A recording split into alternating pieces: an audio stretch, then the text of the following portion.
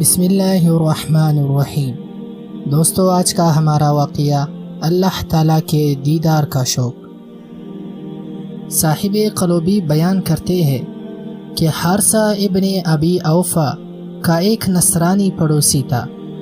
وہ مرض الموت میں بیمار ہوا تو حارثہ رحم اللہ اس کی عیادت کو گئے اور اس سے کہا کہ تم مسلمان ہو جاؤ، میں تمہارے لیے جنت کی ضمانت کر دوں گا، اس لیے کہ جنت بے مثل چیز ہے، اس کی نظیر نہیں، اور اس میں بڑی بڑی آنکھوں والی حوریں ہیں جن کی صفت ایسی ہے، اور اس میں محل ہے جن کا وصف ایسا اور ایسا ہے۔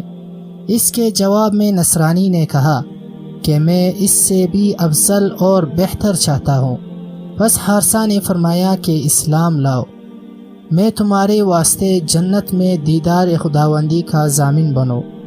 اس نصرانی نے کہا کہ اب اسلام لاؤں گا، کیونکہ دیدار الہی سے کوئی چیز افضل نہیں ہے۔ چنانچہ وہ مسلمان ہو گیا اور مر گیا۔ اس کے بعد حارثہ رحم اللہ نے اس کو خواب میں دیکھا کہ وہ جنت میں ایک سواری پر ہے۔ حارثہ رحم اللہ نے اس سے کہا کہ تو فلان شخص ہے؟ اس نے کہا کہ ہاں۔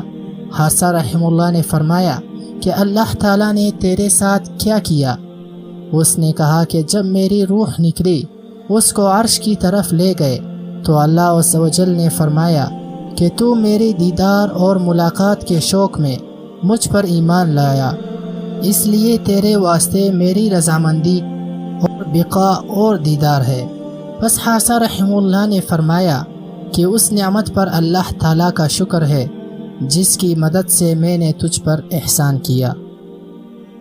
دوستو، یہ تھی ہماری ویڈیو۔ اگر ویڈیو اچھی لگی ہو تو اس کو لائک کر دینا اور چینل کو لازمی سبسکرائب کر دینا۔ ملتے ہیں نیکسٹ ویڈیو میں، تب تک کے لیے السلام علیکم۔